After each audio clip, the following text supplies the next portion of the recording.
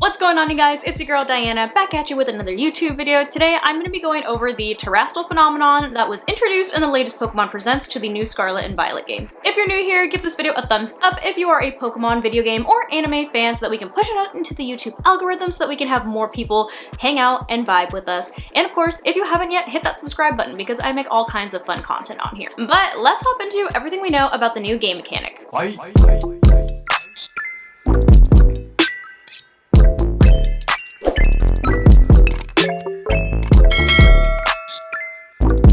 So I went over to the official Pokemon Scarlet and Violet website just to see what they wrote in their article on August 3rd about the Terastal phenomenon to make sure we're getting some accurate information here. So it says, Pokemon shine and glimmer like gems thanks to the Terastal phenomenon. What is the Terastal phenomenon? This phenomenon is only found in the Paldea region and makes Pokemon shine and glimmer like gems. When a Pokemon terastalizes, a Terajewel appears above the Pokemon's head like a crown, and the Pokemon's body glistens like a cut gemstone. It's said that the Terastal energy that seeps from the ground of the Paldea region is involved in the phenomenon. Many details remain unclear, but Professor Sada and Professor Turo are researching this mystery. So to me, that sounds really similar to Dynamax energy and how the energy would seep through the ground, and it was associated with Eternatus, which of course was the third legendary that we got in Sword and Shield. And people have been throwing around the idea that this is probably something similar in Scarlet and Violet, just because if you take a closer look at the gemstones that are on top of the Pokemon when they do terastalize, there's like a little face in the very center of the jewel. So people are thinking that this Terastal phenomenon is associated with another legendary that we have yet to be introduced to, which I don't think that's a very far-fetched idea considering that we've had something along those lines for the past couple of games. All right, let's keep reading a little bit more. So the Terajewel and the luster on the Pokemon's body differ depending on the type.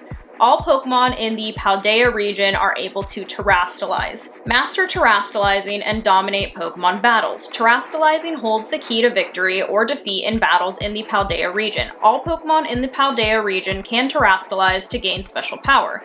First, each Pokemon has a Tera type. A Pokemon's Tera type is inactive until the Pokemon terastalizes, at which time the Pokemon's type will change to its Tera type. For example, some Eevee will have a normal Tera type, but some other Eevee have a flying Tera type. There are 18 types, meaning there are countless combinations of Pokemon and Tera types. Terastalizing a Pokemon allows you to enhance your battle strategies by increasing the power of any moves that have the same type as your Pokemon's Tera type or by changing your Pokemon's weaknesses. When to activate this special transformation and the combination of Pokemon and Tera types you choose are all up to you.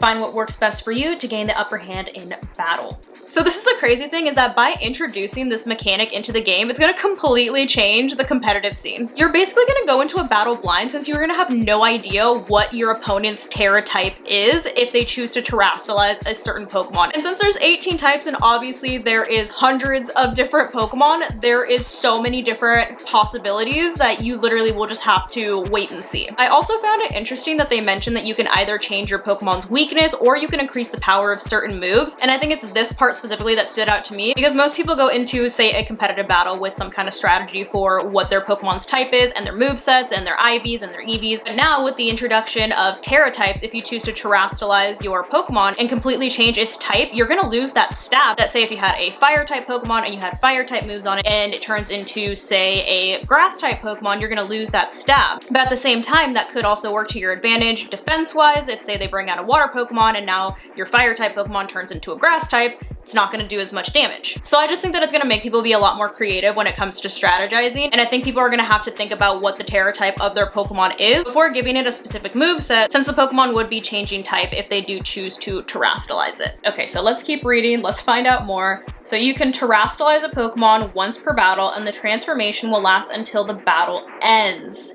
Dang, okay. When a terastalized Pokemon uses a moveset that matches its Tera type and at least one of its original types, the boost to that move's power will be even greater. Okay, so that's crazy. So I guess going back to what I was saying earlier, so now we find out that if you have a move on your Pokemon that matches its Tera type, but also matched its original type, then you get double the power. That's crazy. It's also wild that this is going to be like Megas, where it literally lasts the entire battle, unlike Dynamax Dynamax that only lasted 3 turns, which means that you're gonna be stuck with your new type until the battle ends, which could either work against you or for you, depending on what happens in the battle later on. But I can definitely see how they were saying that this can make or break your battle, especially since some Pokemon are gonna have a huge advantage over other Pokemon, because not every single Pokemon is gonna be able to learn a move that matches both their original typing and their new typing to take advantage of that double stat boost that they were talking about earlier in the article. Okay, let's see what else we got. So you will need a Terra Orb to terastalize a Pokemon.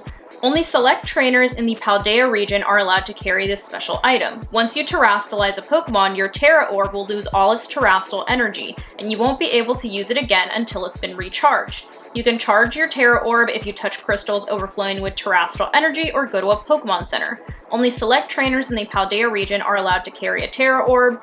You can find shining crystals scattered around many locations throughout the region. Okay, so it looks like this is going to be a held item that you need to carry around with you in order to use the actual gimmick. So hopefully they make this item relatively accessible so that everyone can take advantage of this pretty early on so they can start building their teams around it. But since it says that only a select few trainers in the region are allowed to carry the orb, I'm sure there's gonna be some kind of quest or challenge in order to obtain this item. And of course, it looks like there is gonna be crystals scattered throughout the region, similar to what they did with the wishing stars in the Galar region for the Dynamax energy. So after reading the article and breaking everything down, hopefully they introduce some kind of item that will allow you to change the Terra type of the Pokemon that you catch. Otherwise, it's gonna be a grind to try to find the Pokemon with the exact Terra type that you need. Since judging by the trailer that we got in the actual Pokemon Present, it looks like raid battles are gonna play a huge role in finding a Pokemon with a specific Terra type. I don't think that's too much of an ask considering they have things like mints that change the nature of your Pokemon, so hopefully they do give you something like that you can use in the game to change the Terra type so that you're not having to grind for countless hours just to find the right type that you're trying to get. But that is everything we know so far about the new game mechanic that we got in Pokemon Scarlet and Violet. Let me know what you guys think down below. How do you guys think it's going to affect Pokemon battles and the competitive scene, and what are your thoughts on it overall? Hopefully you guys found this video entertaining and somewhat informative, and I will see you guys in the next one.